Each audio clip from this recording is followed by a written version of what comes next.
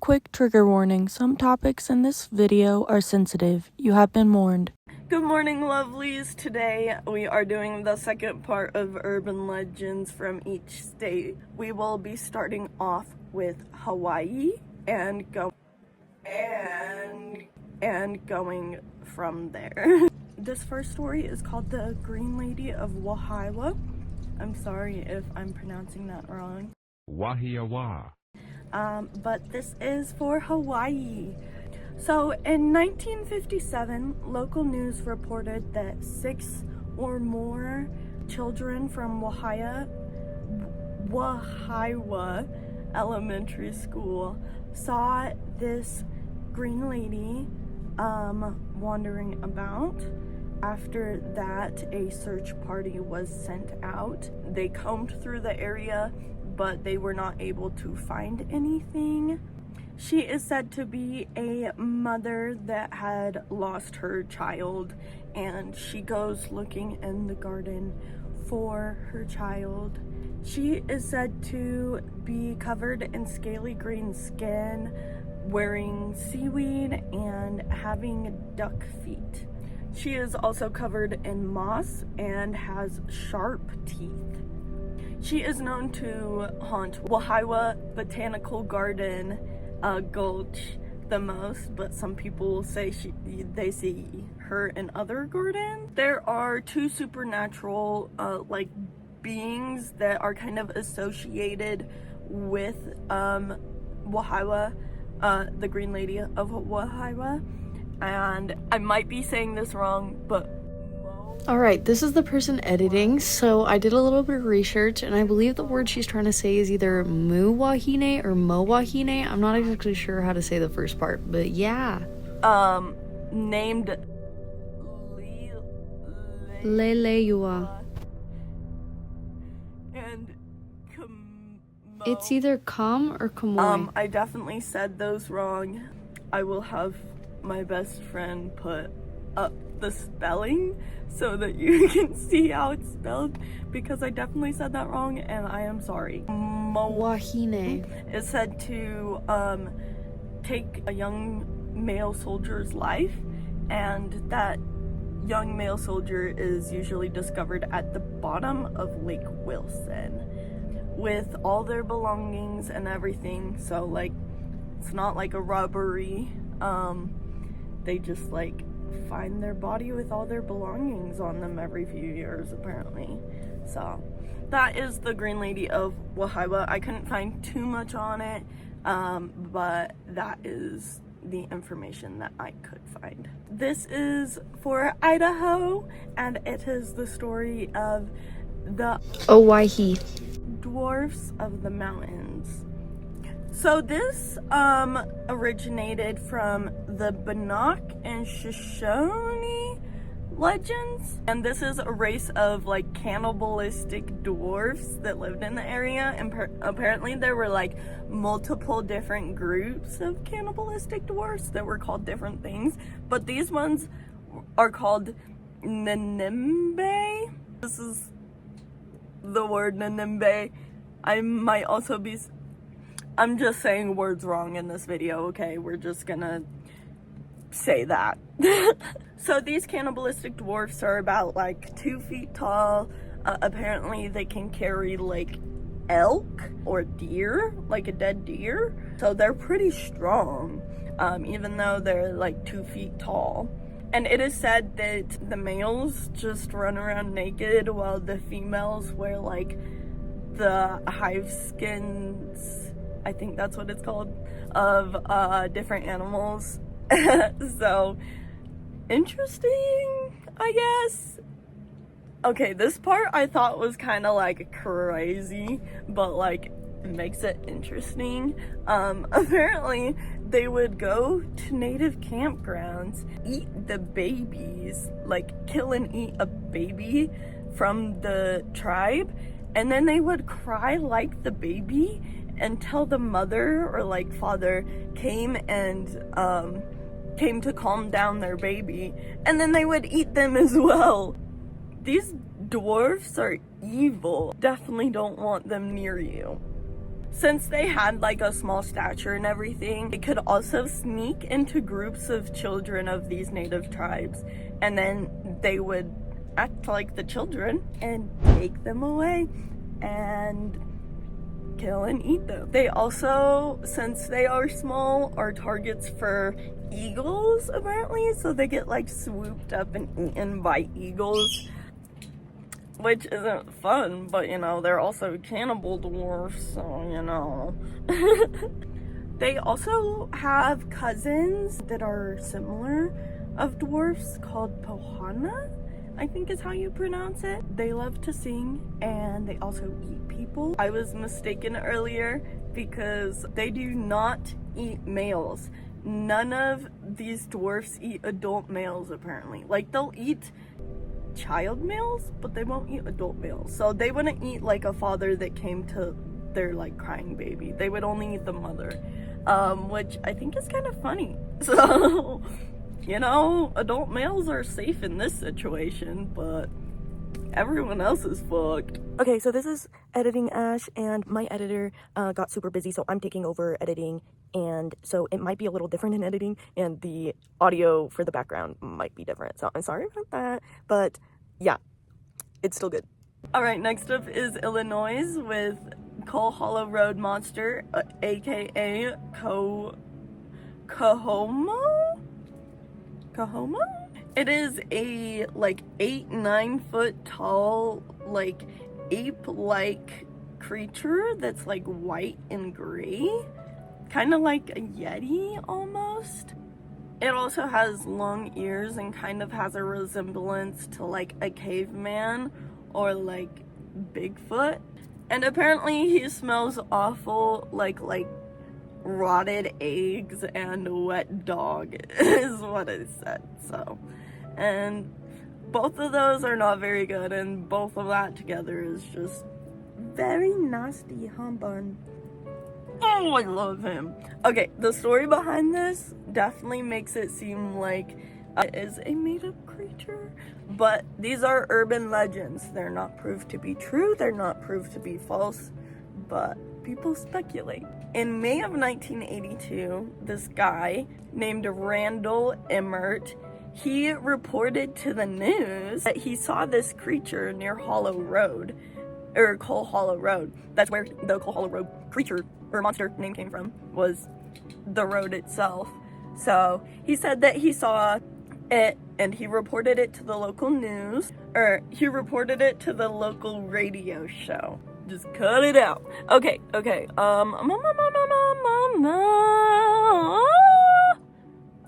That was horrible. By May 25th, the East Peoria police had received more than 200 calls about people seeing this creature in different areas. By July, over 100 people joined to search for this monster in the woods, but they couldn't find anything, so you know. The search was actually called off because someone shot themselves. I couldn't find if it was on purpose or accident, but I think it was an accident because they shot themselves in the foot. So that's why it was called off, but they did not find this monster in the woods. On July 25th, the police were called again with a report of this monster swimming in the Illinois River. By July 28th, it was spotted again near an abandoned mine, and this was also reported to police. And this abandoned mine thing was also followed by 2 more calls saying they saw the same thing by the mine. After a few years and it like finally dying down, the person that like called this rumor to the station, Randall, he ended up saying that it was fake and he made it up to scare a friend. It wasn't like an actual thing, but there's so many reports and stuff on it that like maybe it is real, or maybe it's just like a public freak out. Like people think they're actually seeing it, but it's just like some guy. I don't know. It could be anything. That is it for Illinois. Next up is Indiana. Illinois has Culbertson Mansion. This And this was built in 1867, and when it was originally built, it cost $120,000 to build. So this is about $2.7 million right now. So a lot of money. It was a mansion. This was 20,000 square feet, and it had 25 rooms. So this place was huge. And this was built by Indiana's once wealthiest man, William Culbertson. That's why it's called the Culbertson Mansion. In 1888, there was a lightning strike that hit the house so bad that caused a fire, and it killed every single person inside. So most or all of the Culbertson family died in this lightning strike fire thing. I love my bun. I love you, I love you, I love you, I love you, I love you. After this place was rebuilt, it was left alone for quite a few years because the people that worked there, like all the servants and stuff, definitely believed it was haunted because of the whole family dying in the house, you know, basic ghost stuff. And by 1933, Dr. Harold Webb moved into this mansion with his family. And at first, his kids were like, they were seeing this like dark male figure in like the hallways and stuff, and he was just like brushing it off. He's like, oh, kids just have nightmares, kids like just see scary stuff sometimes that isn't actually scary. So he brushed it off. That is until he started hearing weird sounds like people screaming and like the clanging of chains. And for some reason, his basement smelled really awful. And every time he tried to look for the source, he couldn't find it. Like, it was like almost rotting flesh, but there was nowhere he could find that, like, it just made no sense to him. Dr. Webb started going a little crazy and angry, and he started losing clients. And when several of his patients went missing, the police started to research him because why are your patients going missing? Hello? Like, multiple of them went missing. By September of 1934, less than a year after moving in, one of his patients showed up to the house for an appointment, but no one answered, and they were worried, and they called the cops up and was like, hey, I'm missing this appointment, this person's not here. And since the police were like, oh, this person's been on our radar for like missing people like you, they were like, yeah, let's go investigate. So they went to his house, and they went after a few days because they had to get a warrant to get into his house because his house was locked, and no one was answering. So once they got the warrant, they went inside, and what they found was like actually horrifying. The place all over was littered with Webb's victims. His daughter was stabbed multiple times, his wife beaten to death, and his son was skinned alive. And his other victims that were his patients were later found in the basement in like a secret passageway down there that had different rooms, and basically he was doing experiments on his patients, and no one ever caught him. No one ever saw Webb again. Now you can tour this place as like a museum. This story doesn't have like a positive, like, he did kill people, he did, like, because they never found him, so they couldn't like make a case or whatever. So like, it's still like a question, like if he did kill them or not. Yeah, you can go visit the mansion in Indiana today as a museum, and they can tell you a little bit more about it. Alright, next up is Iowa with the Van Meter Visitor. This is a half human, half bat hybrid. So this one's a little short, but let's get right into it. In 1903, over a series of a few nights, this creature, like half human, half bat thing, was reported emitting this like really bright light from like a horn on its head. That's really interesting.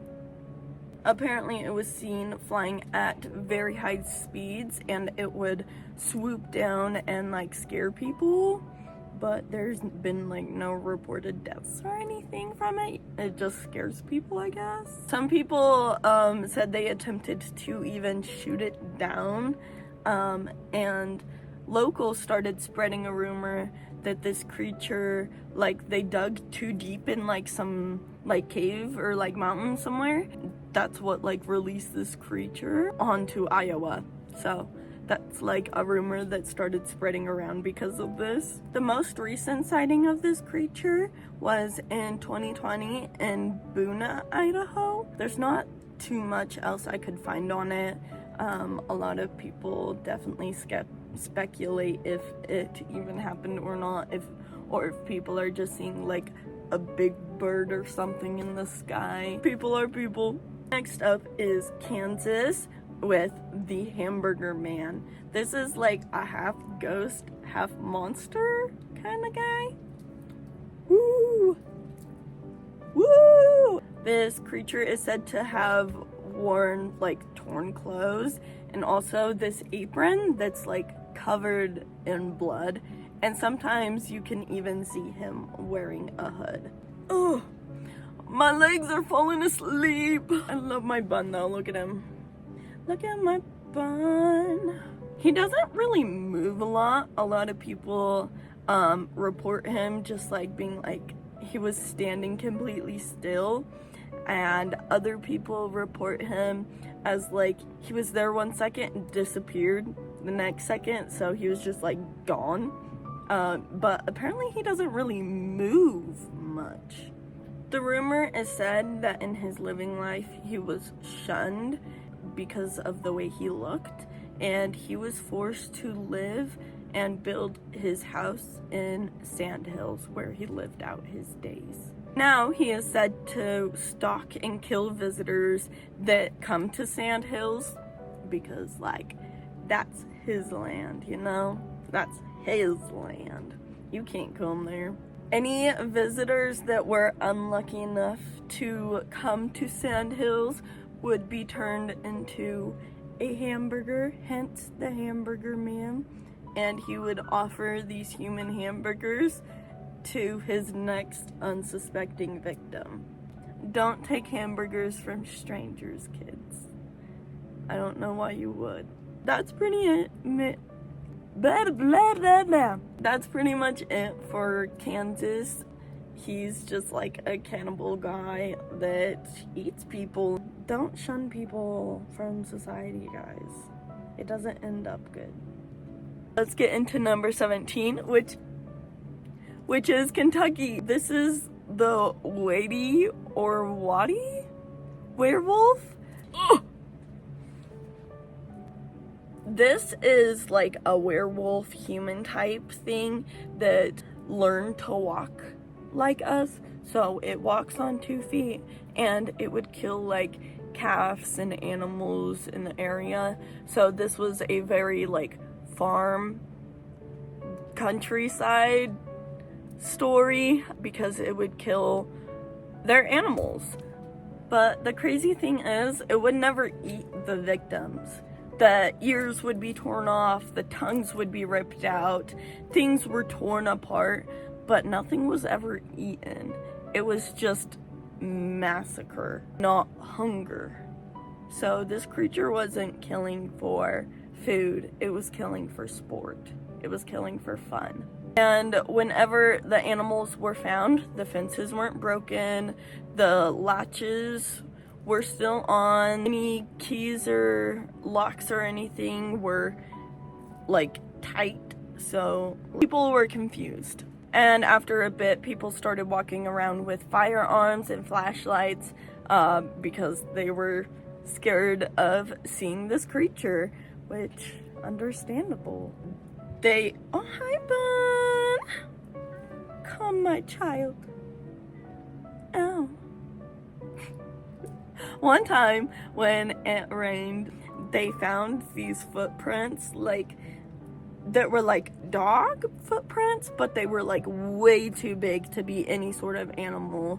And there was a set on the outside of the fence and a set on the inside of the fence, kind of like it just stepped over this huge ass fence. So that's scary.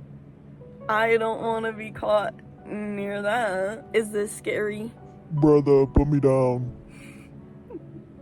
He doesn't want to say anything. He's so cute. Apparently this creature would make like an unearthly noise somewhere in between like a scream and a howl.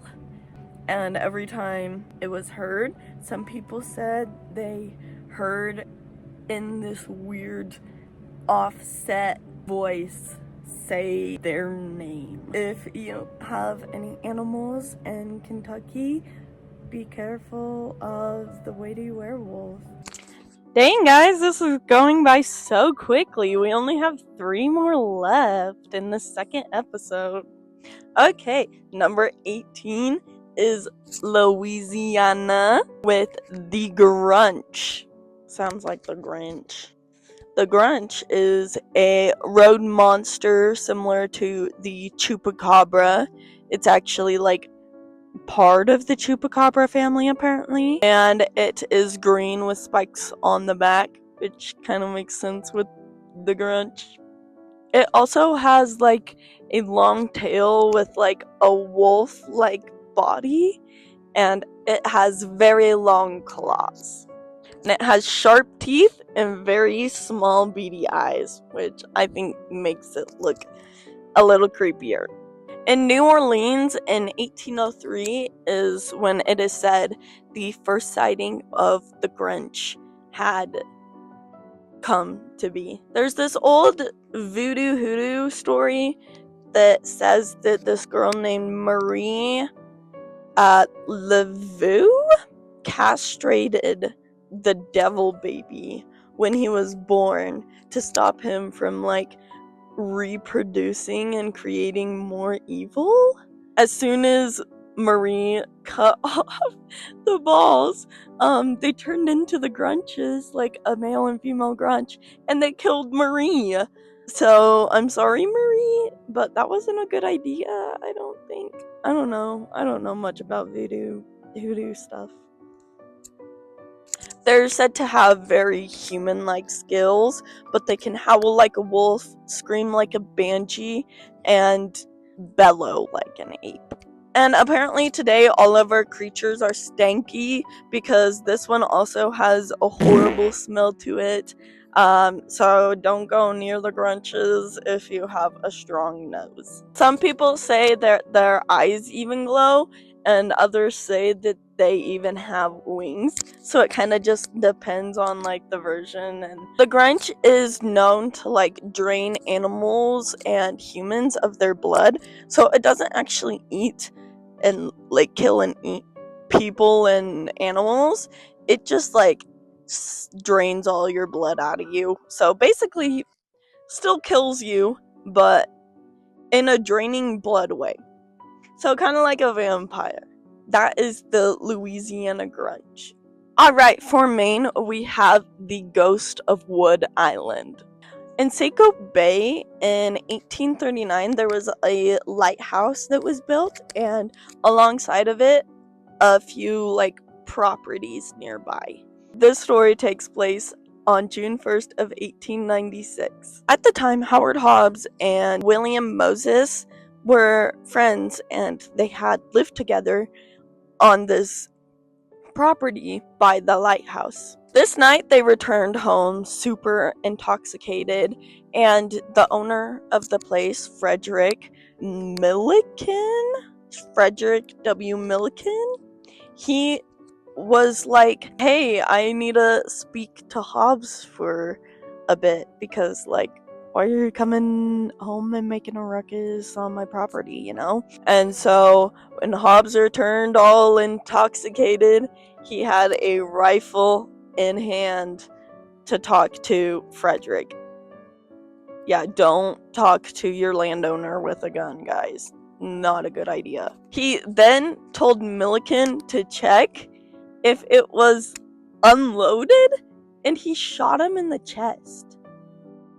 When Moses found him, he helped Milliken inside because obviously he heard the gunshot and everything, and he was like, what is going on? So he comes outside and he takes Milliken inside and like puts him on the bed because he's bleeding to death now. And Moses runs and goes to get a physician to see if they can save Milliken. While this was happening, Hobbs went and told the lighthouse keeper, Thomas Orcutt, about this situation, and Thomas was like, hey, turn yourself into the police, like, right now. Because at that point, it was too late and Milliken had died. Mose later found Hobbs' lifeless body in the loft upstairs because he had shot himself, and he wrote Moses a note. In that note, he said goodbye to his roommate, and he also said goodbye to this girl that he'd been talking to for a bit. Ever since, eerie things have been happening around the island. You can hear footsteps, you can hear voices. Sometimes people say they can hear the shot that echoed from the island when Milliken was shot, or even when Hobbs shot himself. So it's a really depressing story. Yeah, don't drink and handle guns, guys. Not a good idea. But that is the ghost of Wood Island. Next up is Maryland with Snallygaster? Goofy ass name. Snallygaster. It's like a bird reptilian mix. Apparently, it came with some German immigrants in the early 1800s, and they brought this to Maryland. Because it's German, it's actually pronounced Schnellergeist, which means fast ghost, but now people just call it Snallygaster because we're Americans. But it's pronounced Schnellergeist as fast ghost, and that's where it came from. It would prey on livestock and just like travelers, and it would just like swoop down from the sky like a vulture and like grab its meal and fly off with it. So it was like super quick and you're dead, you know? So, not the most fun. Oh, I'm sorry, man. Some people say this is like a dragon type creature as well, but the last sighting was back in like 1909, so it's probably not real, and if it was, then it is definitely extinct now because we definitely would have seen it, you know. But some also said it had like octopus tentacles, which is confusing, but you know, why not put octopus tentacles on a flying bird reptile? It is also our second or third blood drinker of this video. It is also vampire, like it just drinks its victim's blood and doesn't eat it. Some people even report it here sounding like it's making noises like a train would. So that's interesting. And after it kind of went viral, President Theodore Roosevelt actually like considered postponing an African safari just so he could look for this creature himself, because he was so fascinated by the Schnellergeist, or the Snallygaster if you're American. Interesting. I didn't know that Theodore Roosevelt was into that type of stuff. That is the last one for this video, ending off with Maryland. Massachusetts through New Jersey will be next video, but I hope you enjoyed, and you can find me on TikTok and on Instagram, same username. If you would like to follow me there, I will be doing updates on my videos and just fun little stuff there. And I will see you next video. Goodbye, lovelies.